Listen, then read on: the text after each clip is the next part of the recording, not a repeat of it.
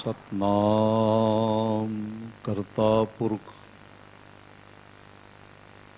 निर्भव निर्वैर अकाल मूरत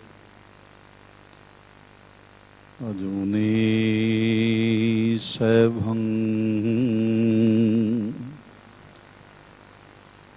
गुरुप्रसाद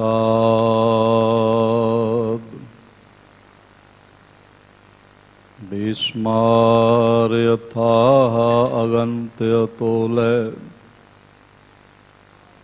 ज्यों बुलावहो त्यों नानक दास बोले।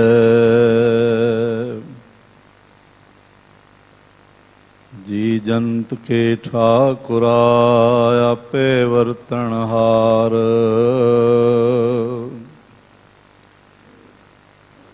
नानक एको पसरिया दूजा कह दृष्टार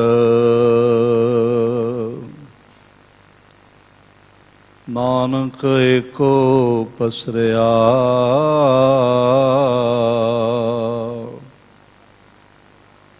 दूजा कह दृष्टार।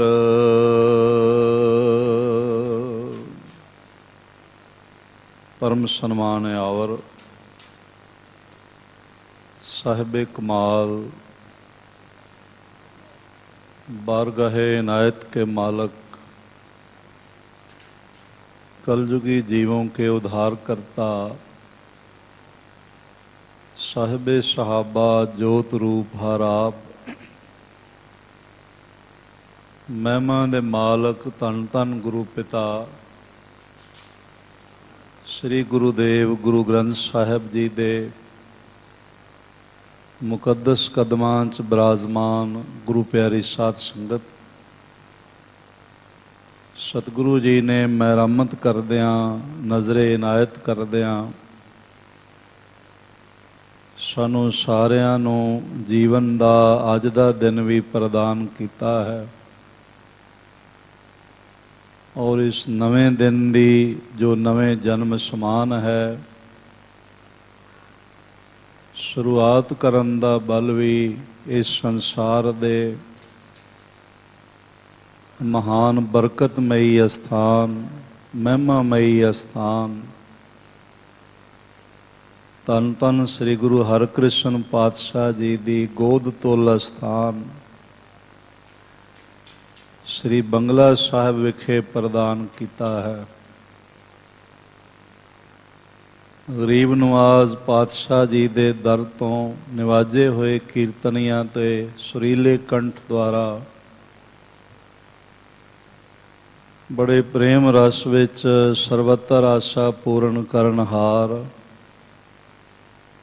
श्री आशा की वार दे गायन आपने श्रवण कीते ने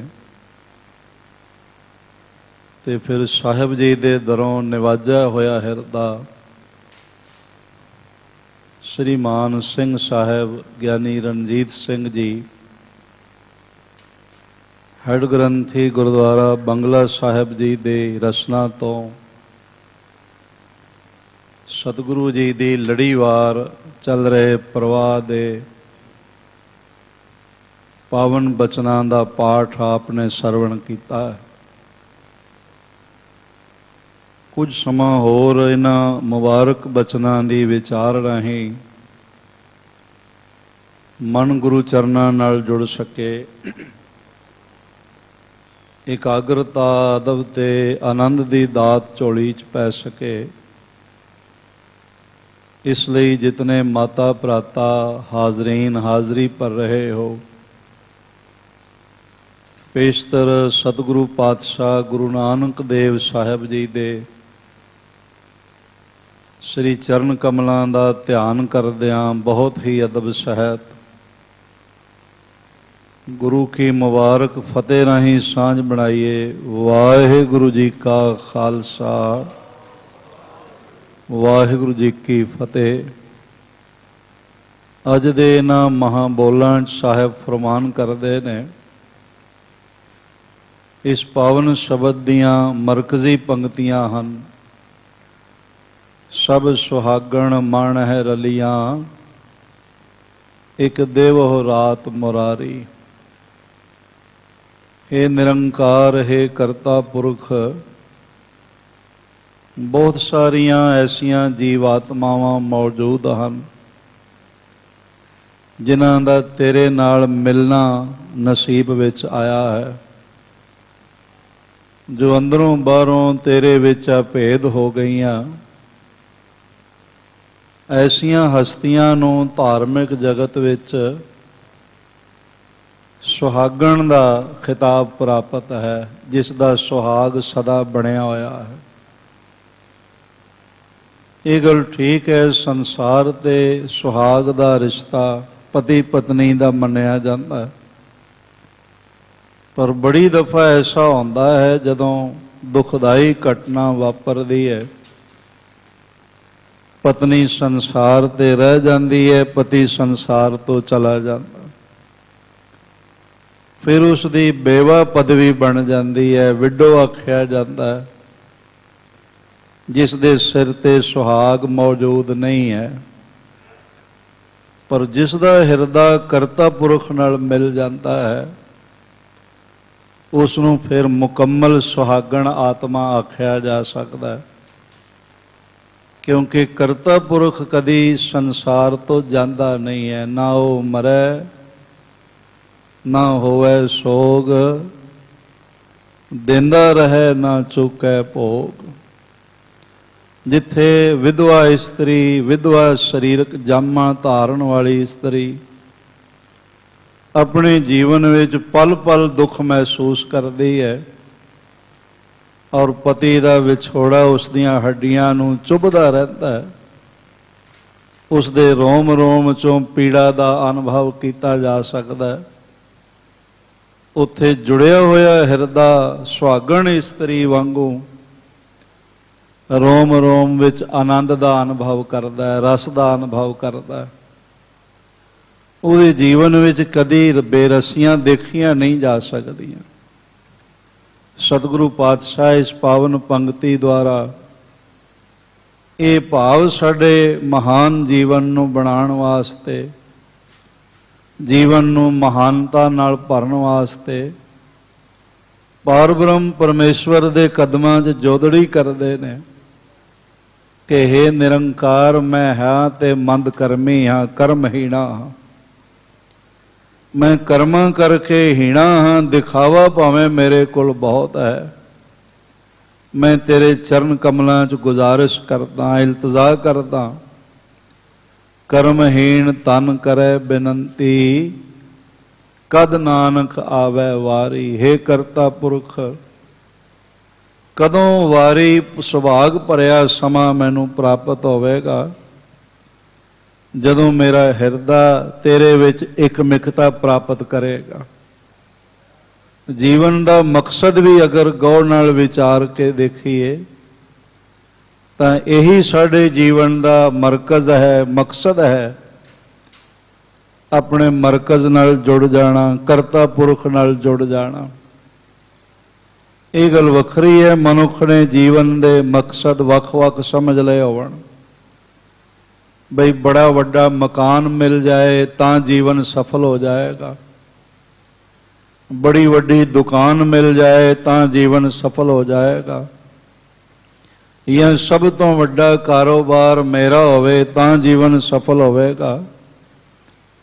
तुसीं इस पासे चल के देखो, कदी तुहानूं एक तो एक वड्डे कारोबार वाला मिल जाएगा ते थोड़ा अपना कारोबार उहदे सामने बड़ा छोटा जिहा नज़र आएगा।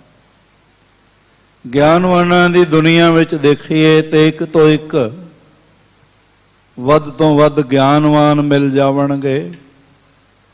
इसलिए संसार दियां प्राप्तियां, पदार्थ ते मान सन्मान इसनूं जीवन का मकसद नहीं आख्या जा सकता।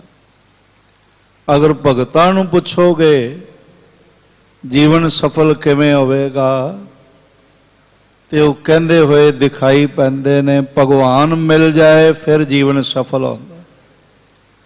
संसार दा यही है, मकान, दुकान, मान सन्मान, ਗਿਆਨ ਵਿਗਿਆਨ ਦੀ ਪ੍ਰਾਪਤੀ, ਜੀਵਨ ਸਫਲ ਹੋ ਗਿਆ। ਪਰ ਭਗਤ ਕਹਿੰਦੇ ਨਹੀਂ, ਭਗਵਾਨ ਦੀ ਪ੍ਰਾਪਤੀ ਜੀਵਨ ਦੀ ਸਫਲਤਾ ਹੈ। ਇਸ ਲਈ ਸਾਹਿਬ ਇਹ ਸਾਡੀ ਝੋਲੀ 'ਚ ਪੰਗਤੀਆਂ ਪਾ ਰਹੇ। ਮੈਂ ਭਾਗਾਹੀਣੀ ਜੀਵ ਇਸਤਰੀ ਤੇਰੇ ਕਦਮਾਂ ਵਿੱਚ ਗੁਜ਼ਾਰਿਸ਼ ਕਰਦੀ ਹਾਂ, ਇਲਤਜਾ ਕਰਦੀ ਹਾਂ। ਕਰਮਹੀਣ ਤਨ ਕਰੈ ਬੇਨੰਤੀ, ਕਦ ਨਾਨਕ ਆਵੈ ਵਾਰੀ। ਸਭ ਸੁਹਾਗਣ ਮਨ ਹੈ ਰਲੀਆਂ, ਇੱਕ ਦੇਵੋ ਰਾਤ ਮੁਰਾਰੀ। ਇੱਕ ਸਮਾਂ ਜ਼ਿੰਦਗੀ ਦਾ, ਇੱਕ ਪਲ ਜ਼ਿੰਦਗੀ ਦਾ, ਇੱਕ ਰਹਿਣ ਐਸੀ ਮਿਲ ਜਾਏ ਕਿ ਮੇਰਾ ਤੇਰੇ ਵਿੱਚ ਇੱਕ ਮਿਕਤਾ ਦਾ ਮਹਾਨ ਸਮਾਂ ਮੈਨੂੰ ਪ੍ਰਾਪਤ ਹੋ ਜਾਏ।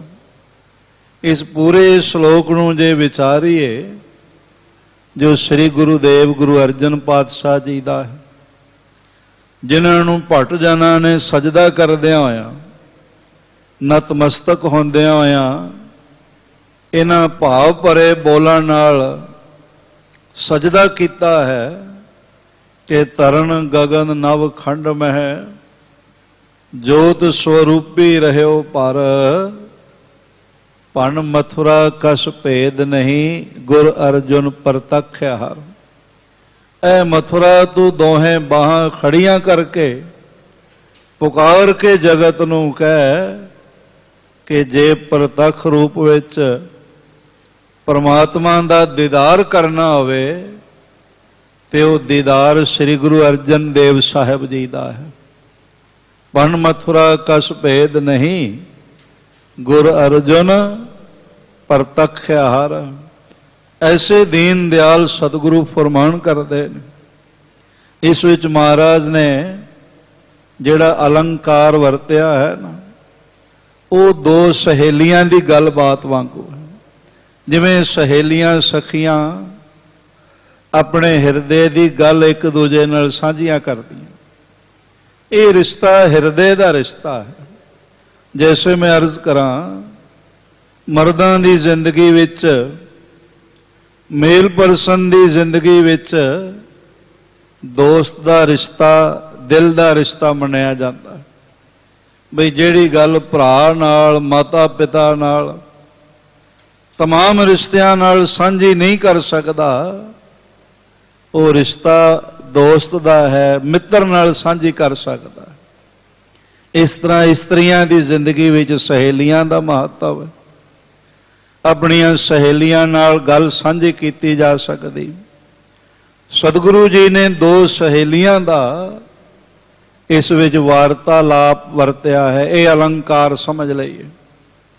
ਫਰਮਾਨ ਕਰਦੇ ਨੇ ਕਿ ਐਸੀ ਸਹੇਲੀ ਹੈ ਜੋ ਪੂਰਨ ਰੂਪ ਵਿੱਚ ਜੁੜੀ ਹੋਈ ਹੈ, ਜਿਸ ਨੇ ਸੁਹਾਗ ਮਾਣਿਆ ਹੋਇਆ, ਜਿਸ ਦਾ ਮਿਲਾਪ ਪ੍ਰਭੂ ਪਤੀ ਨਾਲ ਹੋ ਚੁੱਕਿਆ ਹੈ। ਤੇ ਦੂਜੀ ਸਹੇਲੀ ਪਾਤਰ ਇਸ ਵਿੱਚ ਜਗਿਆਸੂ ਜੀਵ ਇਸਤਰੀ ਹੈ, ਜੋ ਜਾਣਨਾ ਚਾਹੁੰਦੀ, ਜਿਸ ਦੇ ਅੰਦਰ ਸ਼ੌਕ ਹੈ ਪ੍ਰਭੂ ਮਿਲਣ ਦਾ। ਇਹ ਤੁਹਾਨੂੰ ਜਗ੍ਹਾ ਜਗ੍ਹਾ ਗੁਰੂ ਗ੍ਰੰਥ ਸਾਹਿਬ ਮਹਾਰਾਜ ਵਿੱਚ ਇਹ ਪਾਵਨ ਅਲੰਕਾਰ ਮਿਲ ਜਾਏਗਾ, ਜਿੱਥੇ ਇੱਕ ਸਹੇਲੀ ਦੂਜੀ ਸਹੇਲੀ ਨੂੰ ਪੁੱਛਦੀ ਹੈ ਕਿ ਕਰਤਾ ਪੁਰਖ ਨਾਲ ਕਿਵੇਂ ਮੇਲ ਹੋਵੇ। ਜਿਵੇਂ ਮੇਰੇ ਸਾਹਿਬ ਫਰਮਾਨ ਕਰਦੇ ਨੇ, ਤੁਸੀਂ ਰਾਵਿਆ ਕਿੰਨੀ ਗੁਣੀ, ਐ ਮੇਰੀ ਸਖੀਓ ਸਹੇਲੀਓ ਗੁਰਮੁਖੋ, ਮੈਨੂੰ ਦੱਸੋ ਕਿ ਕਰਤਾ ਪੁਰਖ ਨਾਲ ਤੁਹਾਡਾ ਮਿਲਣਾ ਕਿਵੇਂ ਹੋਇਆ। ਤੁਸੀਂ ਰਾਵਿਆ ਕਿੰਨੀ ਗੁਣੀ, ਤੇ ਅੱਗੋਂ ਜਵਾਬ ਪ੍ਰਾਪਤ ਹੁੰਦਾ ਹੈ, ਸਹਿਜ ਸੰਤੋਖ ਸਿੰਗਾਰੀਆਂ ਮਿੱਠਾ ਬੋਲਣੀ। ਇਹਨਾਂ ਸ਼ੁਭ ਗੁਣਾਂ ਕਰਕੇ ਮਿਲਾਪ ਹੋਇਆ। ਜਦੋਂ ਕੋਈ ਗੁਰਮੁਖ ਦੇ ਨਾਲ ਮਿਲਦਾ ਹੈ ਨਾ, ਫਿਰ ਉਹ ਪ੍ਰਭੂ ਦਾ ਜ਼ਿਕਰ ਕਰਦਾ ਹੈ। ਇਹ ਕੁਦਰਤੀ ਹੈ। ਜੈਸੇ ਕੋਈ ਸੂਰਬੀਰ, ਕੋਈ ਯੋਧਾ, ਕੋਈ ਸਿਪਾਹ ਸਾਲਾਰ ਦੂਜੇ ਯੋਧਾ ਸਿਪਾਹ ਸਾਲਾਰ ਨਾਲ ਮਿਲੇਗਾ ਤੇ ਉਹ ਸ਼ਸਤਰ ਚਲਾਉਣ ਬਾਰੇ ਗੱਲ ਕਰੇਗਾ, ਸ਼ਸਤਰ ਕਿਵੇਂ ਚਲਾਇਆ ਜਾਂਦਾ, ਮੈਦਾਨੇ ਜੰਗ ਵਿੱਚ ਪ੍ਰਹਾਰ ਕਿਵੇਂ ਕਰੀਦਾ ਹੈ, ਤੇ ਦੂਸਰੇ ਦੇ ਪ੍ਰਹਾਰ ਤੋਂ ਆਪਣੇ ਆਪ ਨੂੰ ਬਚਾਈਦਾ ਕਿਵੇਂ ਹੈ। ਉੱਥੇ ਸ਼ਸਤਰਾਂ ਦੀ ਗੱਲ ਚੱਲੇ।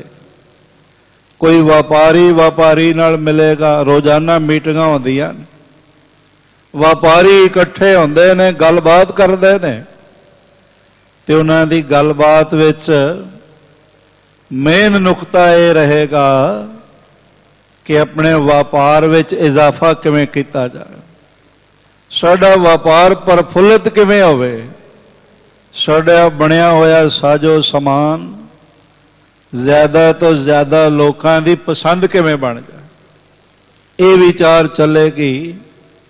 ਤੁਸੀਂ ਦੇਖ ਲਓ, ਅਗਰ ਦੋ ਚੋਰ ਮਿਲਣਗੇ ਉਹ ਚੋਰੀ ਦੀ ਵਿਉਂਤ ਬਣਾਵਣਗੇ, ਪਰ ਜਦੋਂ ਕਦੀ ਦੋ ਗੁਰਮੁਖ ਮਿਲਣਗੇ, ਅਸੀਂ ਮੰਗ ਵੀ ਕਰਦੇ ਹਾਂ ਰੋਜ਼ ਸ੍ਰੀ ਗੁਰੂ ਗ੍ਰੰਥ ਸਾਹਿਬ ਮਹਾਰਾਜ ਜੀਆਂ ਦੇ ਚਰਨ ਕਮਲਾਂ 'ਚ ਨਿਤਨੇਮ ਤੋਂ ਬਾਅਦ, ਸਤਸੰਗ ਦੀ ਸਮਾਪਤੀ ਦੀਵਾਨਾਂ ਤੋਂ ਬਾਅਦ ਗਲ 'ਚ ਪੱਲਾ ਪਾ ਕੇ ਅਰਦਾਸ ਕਰਦੇ ਹਾਂ, ਸਹੀ ਗੁਰਮੁਖ ਪਿਆਰੇ ਮੇਲ ਜਿਨ੍ਹਾਂ ਮਿਲਿਆ ਤੇਰਾ ਨਾਮ ਚਿਤ ਆਵੇ, ਜਿਨ੍ਹਾਂ ਨੂੰ ਮਿਲਣ ਨਾਲ ਹੈ ਨਿਰੰਕਾਰ ਸਾਡੇ ਹਿਰਦੇ ਦਾ ਨਾਤਾ ਤੇਰੇ ਨਾਮ ਨਾਲ ਜੁੜ ਜਾਏ, ਤੇਰੇ ਨਾਮ ਦੀ ਪ੍ਰਾਪਤੀ ਹੋਵੇ ਤੇ ਤੇਰੇ ਨਾਮ ਦਾ ਮਨ ਰਸ ਮਾਣ ਸਕੇ। ਜਦ ਗੁਰਮੁਖ ਮਿਲਦੇ ਨੇ ਤੇ ਜ਼ਿਕਰ ਚੱਲਦਾ ਹੈ। ਮਹਾਰਾਜ ਜੀਆਂ ਨੇ ਬੜਾ ਸੋਹਣਾ ਅਲੰਕਾਰ ਵਰਤਿਆ ਹੈ। ਇਸ ਵਿੱਚ ਉੱਤਮ ਪੁਰਖ ਤੇ ਮੱਧਮ ਪੁਰਖ ਦਾ ਤੁਹਾਨੂੰ ਅਲੰਕਾਰ ਦਿਖਾਈ ਪਵੇਗਾ। ਹਰਨਾਖੀ ਕੂ ਸਚ ਵੈਣ ਸੁਣਾਈ, ਜੋ ਤੋ ਕਰੇ ਉਦਾਹਰਣ, ਸੁੰਦਰ ਬਚਨ ਤੁਮ ਸੁਣੋ ਛਬੀਲੀ, ਫਿਰ ਤੈਂਡਾ ਮਨ ਸਾਧਾਰਨ। ਐ ਜੀਵ ਇਸਤਰੀ, ਹਰਨਾਖੀ ਦਾ ਮਤਲਬ ਹੁੰਦਾ ਹੈ ਜਿਸ ਦੀਆਂ ਅੱਖਾਂ ਬੜੀਆਂ ਖੂਬਸੂਰਤ ਹੋਵਣ, ਜਿਸ ਦੇ ਨੇਤਰ ਦੂਜੇ ਨੂੰ ਪ੍ਰਭਾਵਿਤ ਕਰਦੇ ਹੋਣ। ਕਰਤਾ ਪੁਰਖ ਨੇ ਸਾਡੇ ਸਰੀਰ ਦੇ ਤਮਾਮ ਅੰਗ ਇਸ ਤਰ੍ਹਾਂ ਦੇ ਬਣਾਏ ਨੇ, ਇਹ ਸਾਡੀ ਵਰਤੋਂ ਵਿਵਹਾਰ ਵਿੱਚ ਵੀ ਆਉਂਦੇ ਨੇ। ਜੈਸੇ ਨੇਤਰਾਂ ਦਾ ਹੀ ਜ਼ਿਕਰ ਕਰੀਏ, ਇਸ ਨਾਲ ਅਸੀਂ ਸੰਸਾਰ ਦੇਖਦੇ ਵੀ ਹਾਂ ਔਰ ਇਹ ਦੂਜੇ ਨੂੰ ਪ੍ਰਭਾਵਿਤ ਵੀ ਕਰਦੇ।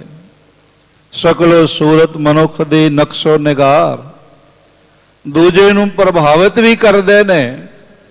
ਸਤਿਗੁਰੂ ਜੀਆਂ ਨੇ ਬੜੇ ਖੂਬਸੂਰਤ ਬਚਨ ਵਰਤੇ ਨੇ। ਹਰਨਾਖੀ ਕੂ ਸਚ ਵੈਣ ਸੁਣਾਈ, ਜੋ ਤੋ ਕਰੇ ਉਦਾਹਰਣ। ਕਹਿੰਦੇ ਨੇ ਸੋਹਣੀਆਂ ਅੱਖਾਂ ਵਾਲੀ ਜੀਵ ਇਸਤਰੀ ਨੂੰ ਮੈਂ ਸੱਚ ਬੋਲ ਸੁਣਾਉਂਦਾ। ਹੇ ਸੀ ਸੁੰਦਰ ਜੀਵ ਇਸਤਰੀ, ਮੈਂ ਤੈਨੂੰ ਇੱਕ ਸੱਚੀ ਗੱਲ ਸੁਣਾਉਂਦੀ ਆ। ਸਹੇਲੀ ਕਹਿੰਦੀ, ਜਿਹੜਾ ਤੇਰਾ ਉਧਾਰ ਕਰ ਦੇਵੇਗੀ, ਜਿਹੜਾ ਤੇਰੇ ਜੀਵਨ ਦੇ ਸਾਰੇ ਦੁੱਖ ਮੁਕਾ ਦੇਵੇਗੀ, ਚਿੰਤਾਵਾਂ ਤੇ ਝੋਰੇ ਮੁਕਾ ਦੇਵੇਗੀ। ਸੁੰਦਰ ਬਚਨ ਤੁਮ ਸੁਣੋ ਛਬੀਲੀ, ਫਿਰ ਤੈਂਡਾ ਮਨ ਸਾਧਾਰਨ। ਸਾਧਾਰਨ ਦਾ ਇੱਥੇ ਅਰਥ ਹੈ ਆਸਰਾ। ਪਰਮਾਤਮਾ ਦਾ ਨਾਮ ਤੇਰੇ ਮਨ ਦਾ ਆਸਰਾ ਹੈ। ਇਹ ਡੋਲਦੇ ਹੋਏ ਮਨ ਦਾ ਹੋਰ ਕੋਈ ਆਸਰਾ ਐ ਸੁੰਦਰ ਜੀਵ ਇਸਤਰੀ ਹੋਰ ਕੋਈ ਨਹੀਂ ਬਣ ਸਕਦਾ। ਇਸ ਡੋਲਦੇ ਹੋਏ ਮਨ ਦਾ ਆਸਰਾ ਕਰਤਾ ਪੁਰਖ ਹੀ ਬਣ ਸਕਦਾ। ਬੜੇ ਗਹਿਰੇ ਬੋਲ ਨੇ ਸਤਿਗੁਰੂ ਪਾਤਸ਼ਾਹ ਜੀ ਦੇ। ਫਰਮਾਨ ਕਰਦੇ ਹੋਏ ਕਹਿੰਦੇ ਨੇ, ਜਿਸ ਇਸਤਰੀ ਦੇ ਨੇਤਰਾਂ ਨੂੰ ਖੂਬਸੂਰਤੀ ਦਾ ਸਨਮਾਨ ਦੇਣਾ ਹੋਵੇ ਨਾ, ਬਈ ਬੜੇ ਖੂਬਸੂਰਤ ਨੇਤਰ ਨੇ, ਉਸ ਦੇ ਨੇਤਰਾਂ ਦੀ ਵਡਿਆਈ ਕਰਨੀ ਹੋਵੇ, ਤੇ ਪੁਰਾਤਨ ਸਮੇਂ ਤੋਂ ਸ਼ਾਇਰ ਲੋਕ, ਕਵੀ ਜਨ ਹਰਨ ਦੀਆਂ ਅੱਖਾਂ ਨਾਲ ਉਦਾਹਰਣਿਤ ਕਰਦੇ। ਜਿਵੇਂ ਅਸੀਂ ਮਹਾਰਾਜ ਜੀ ਦੇ ਚਰਨ ਕਮਲਾਂ ਨੂੰ ਕਮਲ ਫੁੱਲ ਨਾਲ ਉਦਾਹਰਣਿਤ ਕਰਦੇ ਹਾਂ। ਹਰਨ ਦੀਆਂ ਅੱਖਾਂ ਬੜੀਆਂ ਖੂਬਸੂਰਤ ਮੰਨੀਆਂ ਜਾਂਦੀਆਂ ਨੇ, ਪਰ ਮੈਂ ਗੁਜ਼ਾਰਿਸ਼ ਕਰਨਾ ਚਾਹੁੰਦਾ ਹਾਂ, ਆਪ ਸਾਰੇ ਸਤਸੰਗੀ ਹਿਰਦੇ ਬੈਠੇ ਹੋ, ਰੋਜ਼ਾਨਾ ਦਾ ਸਤਸੰਗ ਕਰਨ ਵਾਲੇ ਬੈਠੇ ਹੋ। ਬੇਸ਼ੱਕ ਹਰਨ ਦੇ ਕੋਲ ਅੱਖਾਂ ਐਸੀਆਂ ਨੇ ਜਿਨ੍ਹਾਂ ਦੀ ਉਦਾਹਰਣ ਦਿੱਤੀ ਜਾ ਸਕਦੀ ਹੋਵੇ, ਪਰ ਇਤਨੀਆਂ ਖੂਬਸੂਰਤ ਅੱਖਾਂ ਹੋਣ ਦੇ ਬਾਵਜੂਦ ਨੇਤਰ ਹੋਣ ਦੇ ਬਾਵਜੂਦ ਉਸ ਨੂੰ ਆਪਣੀ ਕਸਤੂਰੀ ਦਿਖਾਈ ਨਹੀਂ ਪੈਂਦੀ। ਕਸਤੂਰੀ ਦੇਖਣ ਤੋਂ ਵਾਂਝੀਆਂ ਰਹਿ ਜਾਂਦੀਆਂ। ਫਿਰ ਮੈਂ ਅਰਜ਼ ਕਰਾਂ, ਘੰਡੇ ਹੇੜੇ ਦੀ ਆਵਾਜ਼ ਵਿੱਚ ਲੁਕਿਆ ਹੋਇਆ ਦੁਸ਼ਮਣ ਦਿਖਾਈ ਨਹੀਂ ਪੈਂਦਾ, ਸ਼ਿਕਾਰੀ ਦਿਖਾਈ ਨਹੀਂ ਪੈਂਦਾ, ਤੇ ਭੋਜਨ ਵਿੱਚ ਕਈ ਦਫਾ ਜ਼ਹਿਰੀਲੇ ਤੱਤ ਨਿਕਲ ਜਾਂਦੀ। ਅੱਖਾਂ ਤੇ ਬੜੀਆਂ ਖੂਬਸੂਰਤ ਨੇ, ਪਰ ਸੰਸਾਰ ਦੀ ਅਸਲੀਅਤ ਦਿਖਾਈ ਨਹੀਂ ਪਈ। ਬਿਲਕੁਲ ਇਸੇ ਤਰ੍ਹਾਂ ਕਿਸੇ ਮਨੁੱਖ ਦੀ ਨਜ਼ਰ ਬੜੀ ਵਧੀਆ ਹੋਵੇਗੀ, ਤੁਹਾਨੂੰ ਮਿਲ ਜਾਵਣਗੇ ਐਸੇ ਬਜ਼ੁਰਗ ਲੋਕ ਜਿਨ੍ਹਾਂ ਦੀ ਉਮਰ 90 ਰਸੀਦ ਹੈ, 80 ਰਸੀਦ ਹੈ, ਪਰ ਉਹਨਾਂ ਨੂੰ ਕਹਿੰਦੇ ਸੁਣਿਆ ਜਾ ਸਕਦਾ ਹੈ ਬਈ ਮੇਰੀ ਨਜ਼ਰ ਕਮਜ਼ੋਰ ਨਹੀਂ ਹੋਈ, ਕਦੀ ਚਸ਼ਮਾ ਲਾਉਣਾ ਨਹੀਂ ਪਿਆ। ਬੜੀ ਮੁਬਾਰਕ ਗੱਲ ਹੈ, ਤੈਨੂੰ ਚਸ਼ਮਾ ਲਾਉਣਾ ਨਹੀਂ ਪਿਆ, ਨਜ਼ਰ ਤੇਰੀ ਚੰਗੀ ਹੈ, ਨੇਤਰ ਵੀ ਤੇਰੇ ਖੂਬਸੂਰਤ ਨੇ, ਪਰ ਜੇ ਸੰਸਾਰ ਦੀ ਸਾਰਤਾ ਤੇ ਅਸਾਰਤਾ ਤੈਨੂੰ ਦਿਖਾਈ ਨਹੀਂ ਪੈ ਰਹੀ ਤੇ ਫਿਰ ਤੇਰੇ ਨੇਤਰ ਪਸ਼ੂ ਵਰਗੇ ਹੀ ਨੇ, ਫਿਰ ਤੇਰੇ ਨੇਤਰ ਹਰਨ ਵਰਗੇ, ਮਿਰਗ ਵਰਗੇ ਨੇ। ਇਹਨਾਂ ਨੇਤਰਾਂ ਦਾ ਕੀ ਲਾਭ ਹੋਵੇਗਾ ਜੇ ਕਰਤਾ ਪੁਰਖ ਦਿਖਾਈ ਨਹੀਂ ਪਿਆ। ਸਾਹਿਬੇ ਕਮਾਲ ਧੰਨ ਧੰਨ ਗੁਰੂਦੇਵ ਗੁਰੂ ਪਾਤਸ਼ਾਹ ਗੁਰੂ ਅਮਰਦਾਸ ਸਾਹਿਬ ਜੀ ਦੇ ਜਦ ਬਚਨ ਪੜ੍ਹਦੇ ਆ ਤੇ ਆਪ ਨੇਤਰਾਂ ਤੋਂ ਮੁਖਾਤਬ ਹੁੰਦੇ ਹੋਏ ਦਿਖਾਈ ਪੈਂਦੇ ਨੇ। ਕਹਿੰਦੇ ਨੇ ਇਹ ਨੇਤਰ ਹੋ ਮੇਰੇ ਹੋ, ਹਰ ਤੁਮ ਮੈਂ ਜੋਤ ਧਰੀ, ਹਰ ਬਿਨ ਅਵਰ ਨਾ ਦੇਖੋ ਕੋਈ। ਤੁਹਾਡੇ ਵਿੱਚ ਕਰਤਾ ਪੁਰਖ ਨੇ ਆਪਣਾ ਨੂਰ ਰੱਖਿਆ ਹੈ, ਆਪਣੀ ਰੋਸ਼ਨੀ ਰੱਖੀ ਹੈ, ਤੇ ਤੁਹਾਡਾ ਸੁਭਾਅ ਬਣ ਗਿਆ ਤੁਸੀਂ ਪਰਾਇਆ ਤਨ ਦੇਖਦੇ ਹੋ, ਪਰਾਇਆ ਰੂਪ ਦੇਖਦੇ ਹੋ, ਪਰਾਇਆ ਧਨ ਦੇਖਦੇ ਹੋ। ਜਿਸ ਨੇ ਤੁਹਾਨੂੰ ਸਾਜਿਆ ਹੈ, ਬਣਾਇਆ ਹੈ, ਉਸ ਕਰਤਾ ਪੁਰਖ ਦਾ ਦੀਦਾਰ ਕਦੀ ਨਹੀਂ ਹੋਇਆ। ਇਹਨਾਂ ਨੇਤਰਾਂ ਨੂੰ ਅੰਧੇ ਹੀ ਆਖਿਆ ਜਾਏਗਾ, ਭਾਵੇਂ ਨੇਤਰ ਮੇਰੇ ਹੋਵਣ, ਭਾਵੇਂ ਕਿਸੇ ਮਨੁੱਖ ਦੇ ਹੋਵਣ। ਜੇ ਇਹਨਾਂ ਨੇਤਰਾਂ ਨੂੰ ਕਰਤਾ ਪੁਰਖ ਦਿਖਾਈ ਨਹੀਂ ਪਿਆ ਤੇ ਫਿਰ ਇਹਨਾਂ ਦਾ ਸੰਸਾਰ ਤੇ ਆਉਣਾ ਬੇਅਰਥ ਹੋ ਗਿਆ, ਫਿਰ ਇਹਨਾਂ ਦਾ ਆਉਣਾ ਸਫਲ ਨਹੀਂ ਹੋਇਆ। ਇਹ ਨੇਤਰ ਹੋ ਮੇਰੇ ਹੋ, ਹਰ ਤੁਮ ਮੈਂ ਜੋਤ ਧਰੀ, ਹਰ ਬਿਨ ਅਵਰ ਨ ਦੇਖੋ ਕੋਈ, ਹਰ ਬਿਨ ਅਵਰ ਨ ਦੇਖੋ ਕੋਈ। ਨਦਰੀ ਹਰ ਨਿਹਾਲਿਆ, ਜੋ ਕੁਛ ਵੀ ਦਿਖਾਈ ਪੈ ਰਿਹਾ ਹੈ, ਜ਼ਰੇ ਤੋਂ ਲੈ ਕੇ ਆਫਤਾਬ ਤੱਕ, ਸੂਰਜ ਤੱਕ, ਕਤਰੇ ਤੋਂ ਲੈ ਕੇ ਸਾਗਰ ਤੱਕ, ਇਹ ਹਰ ਦ੍ਰਿਸ਼ ਕਰਤਾ ਪੁਰਖ ਦਾ ਆਪਣਾ ਹੀ ਹੈ, ਹੋਰ ਕੋਈ ਦਿਖਾਈ ਪੈ ਹੀ ਨਹੀਂ ਰਿਹਾ। ਕਿਉਂ ਨਹੀਂ ਦਿਖਾਈ ਪੈ ਰਿਹਾ? ਸਾਹਿਬ ਗੁਰੂ ਨਾਨਕ ਦੇਵ ਪਾਤਸ਼ਾਹ ਜੀਆਂ ਦੇ ਦੋ ਬੋਲ ਨੇ, ਕਾਬਲੇ ਸੁਨੀਦਨ ਤੇ ਕਾਬਲੇ ਕਬੂਲ ਹਨ। ਆਪ ਫਰਮਾਨ ਕਰਦੇ ਹੋਏ ਕਹਿੰਦੇ ਨੇ, ਇਸ ਜਗਤ ਵਿੱਚ ਹੋਰ ਕੋਈ ਹੈ ਨਹੀਂ, ਕਿਉਂਕਿ ਇਹ ਜਗਤ ਕਰਤਾ ਪੁਰਖ ਦਾ ਆਪਣਾ ਰਹਿਣ ਦਾ ਮੁਕਾਮ ਹੈ, ਆਪਣਾ ਘਰ ਹੈ ਉਸ ਦਾ। ਬੜੇ ਖੂਬਸੂਰਤ ਬੋਲ ਨੇ ਸਾਹਿਬ ਜੀਆਂ ਦੇ। ਇਹ ਜਗ ਸੱਚੇ ਕੀ ਹੈ ਕੋਠੜੀ, ਸੱਚੇ ਕਾ ਵਿੱਚ ਵਾਸ। ਹੋਰ ਕੋਈ ਹੈ ਨਹੀਂ ਹੈ, ਹੋਰ ਕੋਈ ਦੇਖਿਆ ਵੀ ਨਹੀਂ ਜਾ ਸਕਦਾ। ਮਹਾਰਾਜ ਜੀਆਂ ਦੇ ਬੜੇ ਅਗੰਮੀ ਬੋਲ ਨੇ, ਹਰ ਬਿਨ ਅਵਰ ਨਾ ਦੇਖੋ ਕੋਈ, ਨਦਰੀ ਹਰ ਨਿਹਾਲਿਆ, ਪਰ ਕੀਤਾ ਕੀ ਜਾਏ ਇਹ ਵਿਸ਼ ਸੰਸਾਰ ਤੁਮ ਦੇਖਦੇ। ਇਹ ਤੁਹਾਡਾ ਨਜ਼ਰੀਆ ਬਦਲ ਗਿਆ, ਤੁਹਾਡੇ ਦੇਖਣ ਦਾ ਢੰਗ ਬਦਲ ਗਿਆ। ਇੱਥੇ ਤੁਹਾਨੂੰ ਦੁਸ਼ਮਣ ਤੇ ਮਿੱਤਰ ਦਿਖਾਈ ਪੈਂਦੇ ਪਏ, ਆਪਣਾ ਤੇ ਬੇਗਾਨਾ ਦਿਖਾਈ ਪੈਂਦਾ ਪਿਆ। ਜਦ ਕਦੀ ਐਸੇ ਨਜ਼ਰੀਏ ਦੇ ਮਾਲਕ ਦਾ ਜ਼ਿਕਰ ਚੱਲਦਾ ਹੈ ਨਾ, ਜਿਸ ਨੂੰ ਦੁਸ਼ਮਣ ਵਿੱਚ ਵੀ ਆਪਣਾ ਦਾਤਾ ਕਰਤਾ ਪੁਰਖ ਦਿਖਾਈ ਪਿਆ ਹੋਵੇ, ਤਾਂ ਫਿਰ ਇੱਕ ਉਦਾਹਰਣ ਹੈ, ਔਰ ਉਹ ਸ੍ਰੀ ਗੁਰੂ ਅਰਜਨ ਦੇਵ ਸਾਹਿਬ ਜੀ ਦੀ। ਆਪ ਸੜਦੀ ਹੋਈ ਲੋਹ ਤੇ ਬਿਰਾਜਮਾਨ ਸਨ। ਇਹ ਸ਼ਹੀਦਾਂ ਦਾ ਦਿਨ ਹੁਣੇ ਮਨਾਇਆ ਗਿਆ। 300 ਸਾਲਾ ਬਾਬਾ ਬੰਦਾ ਸਿੰਘ ਬਹਾਦਰ ਜੀ ਦਾ ਸਿੱਖ ਜਗਤ ਨੇ ਸ਼ਰਧਾ ਸਤਿਕਾਰ ਨਾਲ ਮਨਾਇਆ।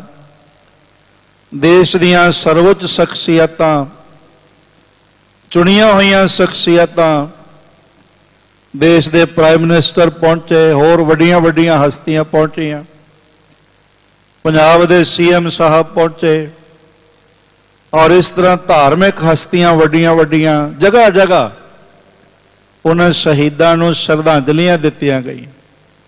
ਬਾਬਾ ਬੰਦਾ ਸਿੰਘ ਬਹਾਦਰ ਜੀ ਦਾ 300 ਸਾਲਾ ਸ਼ਹੀਦੀ ਦਿਹਾੜਾ ਮਨਾਇਆ ਜਾ ਰਿਹਾ, ਔਰ ਬੜੇ ਵੱਡੇ ਪੱਧਰ ਤੇ ਉਸ ਮਹਾਨ ਸ਼ਹੀਦ ਨੂੰ ਸੰਸਾਰ ਨਤਮਸਤਕ ਹੋਇਆ। ਕਾਰਨ ਪਤਾ ਕੀ ਹੈ? ਕਾਰਨ ਇਹ ਹੈਗਾ ਹੈ, ਨਿਰਾ ਇਹ ਕਾਰਨ ਨਹੀਂ ਕਿ ਉਹ ਸਿੱਖ ਜਗਤ ਦਾ ਪਹਿਲਾ ਬਾਦਸ਼ਾਹ ਹੈ, ਜਿਸ ਨੇ ਤਖਤ ਰਚਿਆ, ਜਿਸ ਨੇ ਸਿੱਕਾ ਚਲਾਇਆ। ਕਾਰਨ ਇਹ ਹੈਗਾ ਹੈ ਕਿ ਉਸਨੇ ਤਖਤ ਤੇ ਬੈਠਣ ਲੱਗਿਆ ਆਪਣੇ ਆਪ ਨੂੰ ਗੁਰੂ ਦਾ ਦਾਸ ਸਮਝਿਆ, ਤਖਤ ਗੁਰੂ ਦਾ ਸਮਝਿਆ, ਆਪ ਸੇਵਾਦਾਰ ਬਣ ਕੇ ਰਿਹਾ ਤੇ ਫਿਰ ਸਿੱਕਾ ਚਲਾਇਆ। ਦੁਨੀਆ ਦੇ ਰਾਜੇ ਮਹਾਰਾਜਿਆਂ ਦਾ ਇਤਿਹਾਸ ਪੜ੍ਹ ਕੇ ਦੇਖ ਲਓ, ਉਹ ਜਦ ਤਖਤ ਤੇ ਬੈਠਦੇ ਸਨ ਤੇ ਮੋਹਰ ਉਹਨਾਂ ਦੇ ਨਾਮ ਦੀ ਬਣਦੀ ਸੀ, ਸਿੱਕਾ ਉਹਨਾਂ ਦੇ ਨਾਮ ਦਾ ਚੱਲਦਾ ਸੀ। ਅੱਜ ਵੀ ਪੁਰਾਣੇ ਰਾਜਿਆਂ ਮਹਾਰਾਜਿਆਂ ਸ਼ਹਿਨਸ਼ਾਹਾਂ ਦੇ ਕਰੰਸੀ ਸਿੱਕੇ ਮੌਜੂਦ ਨੇ, ਔਰ ਇਸ ਤਰ੍ਹਾਂ ਦੇ ਨਾਲ ਸੰਭਾਲ ਕੇ ਰੱਖੇ ਹੋਏ ਹਨ। ਪਰ ਇਹ ਦੁਨੀਆ ਦਾ ਪਹਿਲਾ ਬਾਦਸ਼ਾਹ ਹੈ, ਦੁਨੀਆ ਦਾ ਪਹਿਲਾ ਰਾਜਾ ਹੈ ਬਾਬਾ ਬੰਦਾ ਸਿੰਘ ਬਹਾਦਰ, ਜਿਸ ਨੇ ਤਖਤ ਤੇ ਬੈਠਦਿਆਂ ਤਖਤ ਪਰਮਾਤਮਾ ਦਾ ਸਮਝਿਆ, ਗੁਰੂ ਦੀ ਦਾਤ ਸਮਝੀ, ਔਰ ਸਿੱਕਾ ਗੁਰੂ ਨਾਨਕ ਦੇ ਨਾਮ ਦਾ ਚਲਾਇਆ। ਇਸ ਲਈ ਜਗਤ ਸਜਦਾ ਕਰਦਾ ਹੈ। ਫਿਰ ਉਹਨਾਂ ਦਾ ਮਾਸ ਜੰਬੂਰਾਂ ਨਾਲ ਤੋੜ ਕੇ ਉਹਨਾਂ ਨੂੰ ਸ਼ਹੀਦ ਕੀਤਾ ਗਿਆ, ਪਰ ਉਹਨਾਂ ਦੇ ਚਿਹਰੇ ਤੇ ਮੁਸਕਰਾਹਟ ਬਣੀ ਰਹੀ, ਸ਼ਿਕਵਾ ਕਿਸੇ ਤੇ ਨਹੀਂ ਕੀਤਾ। ਆਖਿਆ ਮੈਂ ਕਬੂਲ ਹੋ ਗਿਆ, ਇਹ ਬੜੀ ਵੱਡੀ ਗੱਲ ਹੈ, ਬਹੁਤ ਵੱਡੀ ਗੱਲ ਹੈ। ਤੁਸੀਂ ਭਾਈ ਸੁਬੇਗ ਸਿੰਘ ਸ਼ਾਹਬਾਜ਼ ਸਿੰਘ ਜੀ ਦਾ ਉਹ ਦ੍ਰਿਸ਼ ਪੜ੍ਹੋ, ਜਦੋਂ ਉਹਨਾਂ ਨੂੰ ਚਰਖੜੀ ਰਸੀਦ ਹੋਈ ਤੇ ਉਹ ਸੀਸ ਝੁਕਾ ਕੇ ਕਹਿੰਦੇ ਪਏ ਸਨ, ਧਨ ਘੜੀ ਧਨ ਚਰਖੜੀ ਧਨ ਨਿਆਉ ਤੁਮਾਰਾ, ਧਰਮ ਹੇਤ ਹਮ ਚਰੇ ਚਰਖੜੀ ਧਨ ਵਜੂਦ ਹਮਾਰਾ। ਹੇ ਗੁਰੂ, ਤੂੰ ਸਾਨੂੰ ਬਖਸ਼ ਲਿਆ ਹੈ, ਤੂੰ ਨਿਵਾਜ਼ ਲਿਆ ਹੈ, ਸਾਨੂੰ ਚਰਖੜੀ ਤੇ ਚੜ੍ਹਨਾ ਤੇਰੀ ਗੋਦ ਵਿੱਚ ਬੈਠਣ ਸਮਾਨ ਲੱਗਦਾ ਹੈ। ਸਾਹਿਬੇ ਕਮਾਲ ਗੁਰੂ ਅਰਜਨ ਦੇਵ ਪਾਤਸ਼ਾਹ ਜੀ ਹਨ, ਸੜਦੀ ਹੋਈ ਲੋਹ ਤੇ ਬੈਠਿਆਂ ਦੇਖੀਏ ਤੇ ਸਾਈਂ ਮੀਆਂ ਮੀਰ ਜੈਸਾ ਹਿਰਦਾ ਕੁਰਲਾ ਉੱਠਿਆ ਸੀ, ਉਹਦਾ ਰੋਮ ਰੋਮ ਤੜਪ ਪਿਆ ਸੀ, ਉਸਦੇ ਰੋਮ ਰੋਮ ਵਿੱਚ ਇਤਨੀ ਪੀੜਾ ਪਹੁੰਚੀ ਜਿਵੇਂ ਰੋਮ ਰੋਮ ਨੂੰ ਹਜ਼ਾਰਾਂ ਸੱਪਾਂ ਨੇ ਡੰਕ ਮਾਰਿਆ ਹੋਵੇ, ਹਜ਼ਾਰਾਂ ਸੱਪਾਂ ਨੇ ਗਰਸ ਲਿਆ ਹੋਵੇ। ਉਹ ਆਤਮਾ ਤੱਕ ਕੁਰਲਾ ਉੱਠੀ ਸੀ। ਉਸਨੇ ਕਿਹਾ, ਹੇ ਗੁਰੂ ਅਰਜਨ ਦੇਵ ਪਾਤਸ਼ਾਹ, ਇਹ 5 ਨੇ ਜੋ ਤੁਹਾਡੇ ਕਾਤਲ ਹਨ।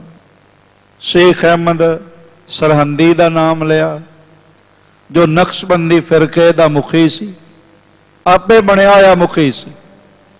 ਇਸ ਤਰ੍ਹਾਂ ਮੁਰਤਜ਼ਾ ਖਾਨ ਸਿਪਾਹ ਸਾਲਾਰ ਜਰਨੈਲ ਸੀ ਜਹਾਂਗੀਰੀ ਫੌਜਾਂ ਦਾ, ਔਰ ਤੀਸਰਾ ਨਾਮ ਦੀਵਾਨ ਚੰਦੂ ਦਾ, ਤੇ ਚੌਥਾ ਨਾਮ ਲਿਆ ਫਤਿਹ ਅਲੀ ਖਾਨ ਦਾ, ਜਿਹਨੂੰ ਸ਼ੇਖ ਫਤਿਹ ਕਹਿੰਦੇ ਹਨ।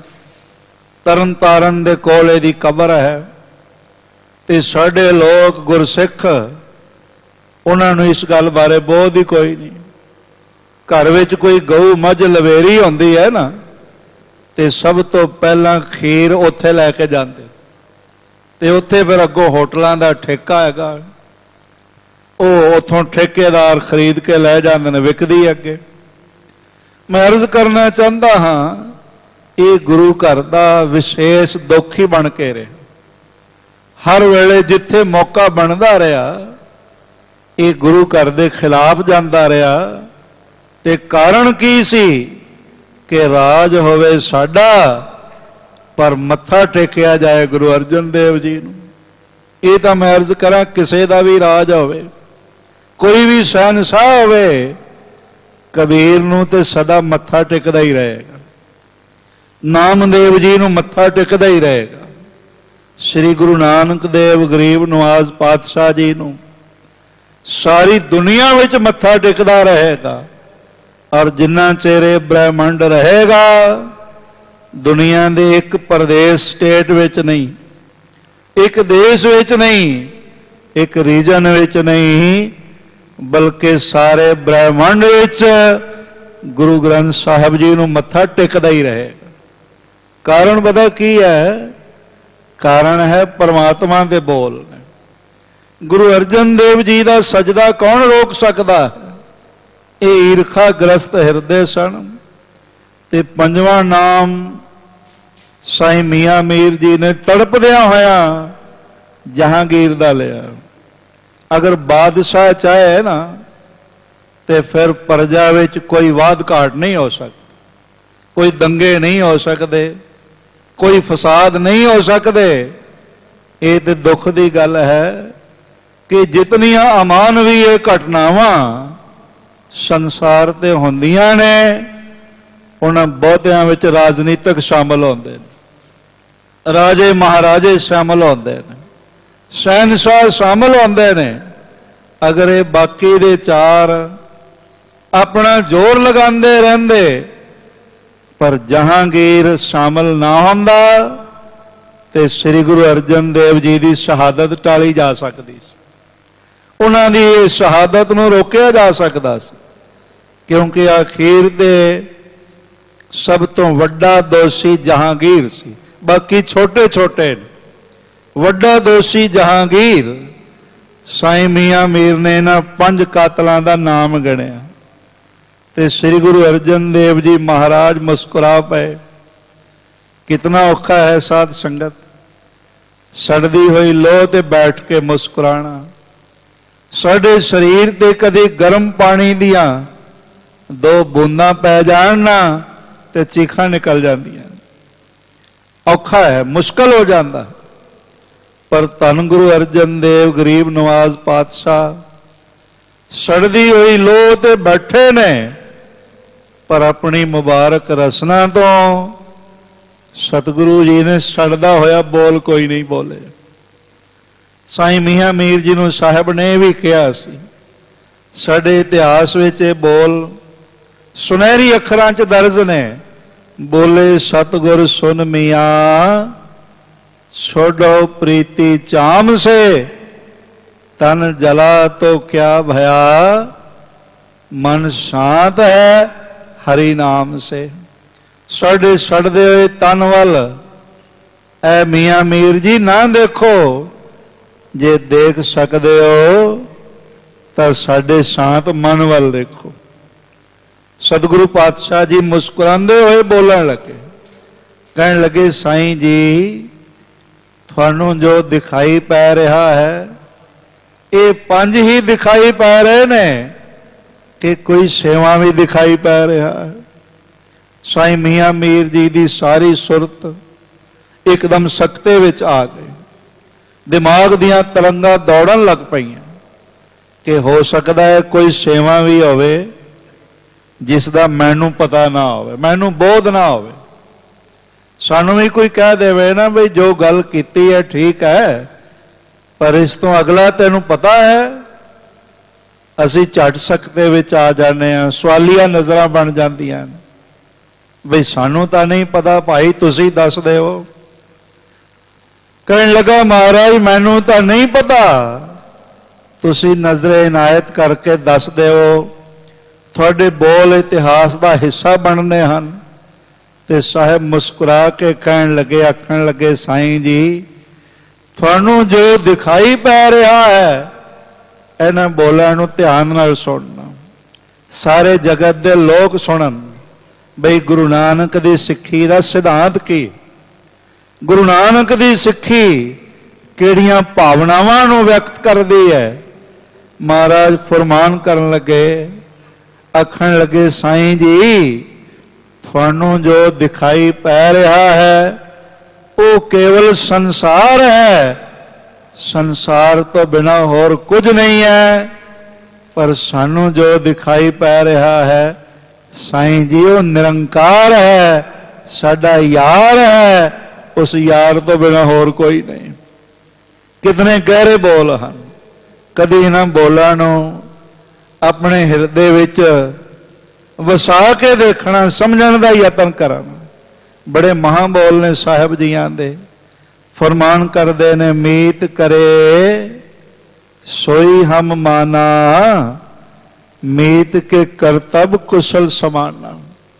एका टेक मेरे मन चीत, जिस किस करना सो हमरा मीत। ए नजर नू निरंकार दिखाई पै गए, ये नेत्र सफल हो गए। कह नानक ए नेत्र अंध से सतगुर मिले दिव्य दृष्ट होई। भाई कन्हैया जी का वाकया है, इतिहास पढ़ के देख लो। गुरु पातशाह गुरु गोबिंद सिंह महाराज जी ने अपने गल नाल ला लिया, जब भाई कन्हैया जी ने सब दे सामने उन्होंने नेत्रां चों मोटे मोटे आंसू डिगदे पए सन। महाराज कहन लगे थोड़े ते इल्जाम है तुसी दुश्मनां नूं पानी पिलाया है। क्या सच्चे पातशाह की करा, थोड़े बिना होर कदी कोई दिखाई ही नहीं पिया। जिधरों आवाज आती है तुसी दिखाई पैंदे हो। मेरे साहिब जी का बचन है, कहते ने हरट भी तू तू करे बोले भली बाण। जो बोलत है मृग मीन पंखेरू, ये तीन जीव श्रेणियां ने। मृग श्रेणी धरती ते चलण वाली, मीन श्रेणी पानी विच वसण वाले, और इस तरह के नाल आकाश विच भरमण करन वाले। मृग मीन पंखेरू ये तीन जीवन शैलियां हैं। महाराज कहने ना तिना श्रेणियां चों हे निरंकार मैनू होर कोई सुनाई नहीं पैंदा। जो बोलत है मृग मीन पंखेरू, सो बिन हर जापत है नहीं होर। ये गुरु नानक दी मुबारक सिक्खी का नजरिया है। साहिब कहते ने होर कोई दिखाई ही नहीं पैंदा। गुरु कलगीधर साहिब ने गल न लाया, आख्या भाई जी थोड़े वर्गे हाथ चाहिए सन। ए देखो साडे कोल कितने सूरमे हैं, मैदाने जंग विच जूझदे ने, वो घट नहीं है, अपने प्राण भेटा करते ने। पर फिर दुश्मन दिखाई तो पैंदा है ना, दुश्मन ते वार ते करना है, दुश्मन का संहार ते करना है ना। मैं इहो जे हथ लभदा पिया सा जेड़े हथ बिल्कुल मेरे हत्थां वर्गे होवन। इसलिए भाई जी असां मरहम दी डब्बी अपने कोल ही रखी हुई सी, किसी होर नूं नहीं दित्ती। ऐ लो तुहानूं दिंदे आ, जिथे कोई जख्मी मनुख नजर आवे मेरा जख्म समझ के इलाज कर देना। कोई भुखा नजर आवे मेरा हिरदा समझ के, मेरा मुखड़ा समझ के पा देना, मैनू पहुंच जाएगा। और कितना वड्डा सिद्धांत है साध संगत, गरीब दा मुंह गुरु दी गोलक, गुरु दी गोलक गरीब दा मुखड़ा लोड़वंद तक पहुंच जाए तो वह गुरु तक पहुंच जाता है। गुरु उसनू कबूल कर लेंदा है। पर तां ही होवे ना जे नेत्रां विच ऐसा दिखाई पवे। जे दिखाई नहीं पिया फिर नेत्र सफल नहीं होए, और निरे नेत्र ही असफल नहीं होए, हाथ भी असफल हो गए, रसना भी असफल हो गई, सारा जीवन असफल हो गया। पर जे गुरु की मरम्मत बन जाए फिर सफलता झोली च पै जाती। महाराज ने बड़े खूबसूरत बोला राही ये विचार साड़ी झाल झोली च पाने का यतन किया है। कहते ने पुरखा देखता सही सुंदर बचन तुम सुनो छबीली, फिर तंडा मन साधारण। ए खूबसूरत जीव स्त्री अपने मन नूं डुला ना, चिंता ना कर। कल नूं जिहड़ा श्लोक आवेगा ना वो सारा ये व्याख्या महाराज ने की, पौड़ी विच सारी व्याख्या महाराज ने की। साहिब फरमान करदे होए कहंदे ने, फिर तैंडा मन साधारण इस डोलदे होए चिंतातुर मन दा, इस भटकदे होए मन दा होर कोई आसरा नहीं है। जिवें पारा रुकदा नहीं ना, चलदा रहिंदा, पकड़ो हथ विचों निकल जांदा और उसनूं किसे मर्तबान विच किसे भांडे च पा के रख दईए फिर ठहर जाता। इस तरह भटकदे होए पारे वर्गे इस मन दा अगर कोई आसरा बन सकता है तो है खूबसूरत जीवन वाली, खूबसूरत नेत्रां वाली, खूबसूरत जिस्म वाली, खूबसूरत स्त्री, वो तैंडा पति मन का आसरा बन सकता है। पति तो भाव परमात्मा, पर दुख की गल तां यह है कि उस महान पति नूं छड्ड के, करता पुरख नूं छड्ड के दुर्जन सेती नेहो रचायो 10 विखा में कारण। वो किहड़ा कारण है मैनू दस, मैं देखना चाहती हाँ। ऐ मेरी खूबसूरत सहेली, ऐ मेरी महान सहेली, कोई कारण तो दस जेड़ा तू अपना मोह दुर्जन दे नाल ला लिया। दुर्जन का मतलब भैड़ा पुरख होंदा, भैड़ा मनुख, अवगुणा वाला मनुख। ते महाराज ने हिरदे विच भी एक दुर्जन का जिक्र किया। ये बचन भी महिमा दे मालक, तपत माए ठंड वरतावन वाले गुरुदेव गुरु अर्जन पातशाह जी दे कहते हैं, दुर्जन दूजा भाव है दखणे महला पंजवां। पढ़ लो महाराज की बाणी। दुर्जन दूजा भाव है वे छोड़ा हौमै रोग। होर कोई दुर्जन नहीं है। बाकी भैड़ा बंदा संसार से किसनों आखोगे? थोड़े अंदर ही भैड़ा जन बैठा होया है और वो हौमै दा रोग है। दुर्जन हौमै रोग है वे छोड़ा। दुर्जन दूजा भाव है वे छोड़ा हौमै रोग। गुरु अर्जन देव साहब जी दे बोल ने। सतगुरु फरमान करते ने, कहते ने दुर्जन सेती ने और रचायो 10 विखा मैं कारण। मैं वेखा क्योंकि इस विच मैं शब्द भी आया है। तो जे इसनों बिंदा रहत पढ़ते हैं तो फिर होगा तू कारण दिखा। कारण मैं देखा तो सही, कारण तो कोई है ही नहीं है। आप ही देख लो की कारण है जिस तो परमात्मा ते शिकवा करिए, जिस तो असी हौमे दुर्जन नाल नाता जोड़िए, दूजे भाव नाल नाता जोड़िए। असी अनंत वार सुते होंदे हां पर करता सूरज लैके आ जाता है। उसने कदी कहा है बई जागदियां वास्ते सूरज है, सुतियां वास्ते नहीं हैगा।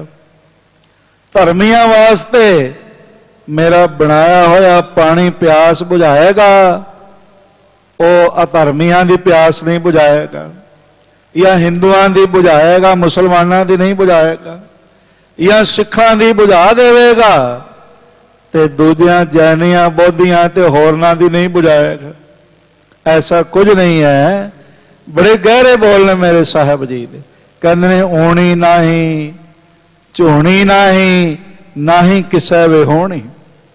कितने गहरे बोल साहब जिया ने आखे ने। कहन देखता सही तेरे विच उसने कोई ऊणापन नहीं छड्डिया, किसे पक्षों विहूणा नहीं रखिया। फिर किस गल का झोरा है? क्यों झूणदा रहता है? क्यों चिंतावां करदा है? उसने हर पख तेरा पूरा बनाया ते पूरा जगत बना के तेनू साजिया है ते हर वस्तु तेरे वास्ते पूरी ताकत रखदी हुई, पूरी कला रखदी हुई, पूरी महानता रखदी हुई साजी है।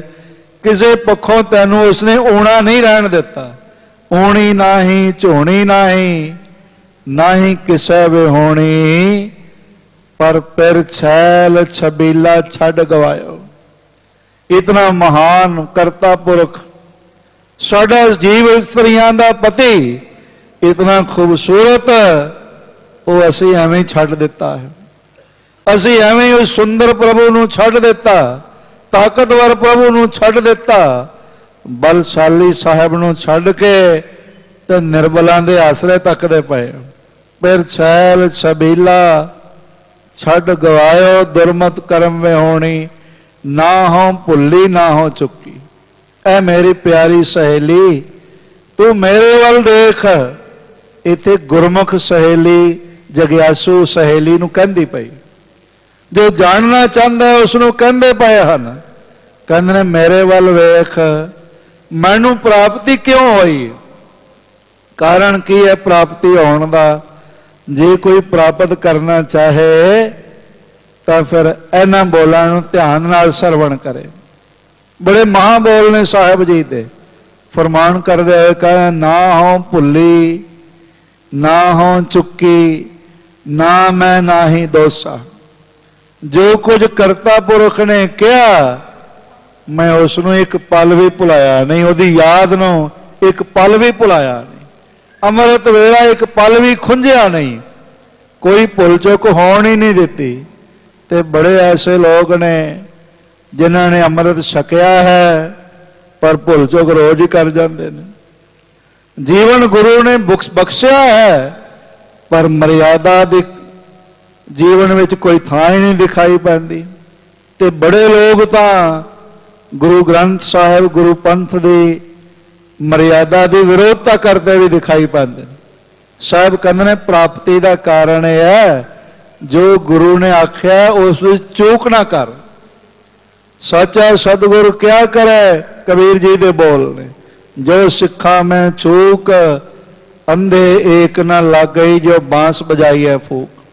खैर मुक्तसर मैं गुजारिश करना चाहता हाँ, ना मैं ना ही दोसा, ते मैं इस तरह के हौमे दे दोष अपने विच पनपण नहीं देते, अपनी मन मर्जी के दोष पनपण नहीं देते। ना मैं ना ही दोसा, जित हों लाई तित हों लगी, तू सुन सच संदेशा।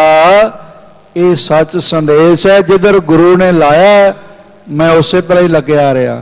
फिर साहिब कहने साई सुहागण, ये दो मात्रा शब्द है, ससे ते होड़ा भी है ते औंकड़ भी है। संगीतक लय नूं पूरा रखने लई एक मात्रा घट करने वास्ते साहिब ने इत्थे औंकड़ वरत्या है और इसनूं सुहागण पढ़ना है। साई सुहागण साए भागण, जय फिर कृपा धारी। वो सुहागण वड्डियां भागां वाली जिसते प्रभु पति ने कृपा कर देती, मेहर दी नजर कर देती।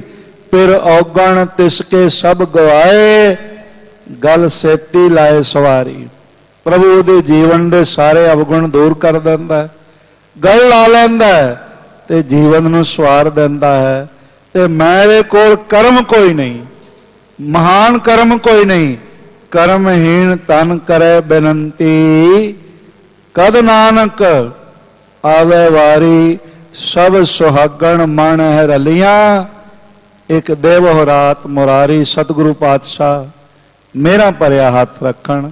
वो रात वो समा सानू सब नूं नसीब होवे जदों प्रभु नाल एक मिकता हो जाती है। साहिब पातशाह मेहर कर देवन। बारंबार सब दा प्रबंधक सज्जणा दा, सत्कारयोग राणा जी दा, सिंह साहब ज्ञानी रणजीत सिंह जी हेड ग्रंथी साहब और समूह संगतां दा दास बारंबार शुक्रगुजार है जिन्हां ने प्रेम नाल निवाजिया। बाकी दा अगला श्लोक ते पौड़ी दी विचार कल आप जी दे नजर करांगे। भुलां चुकां दी खिमा। वाहिगुरु जी का खालसा, वाहिगुरु जी की फतेह।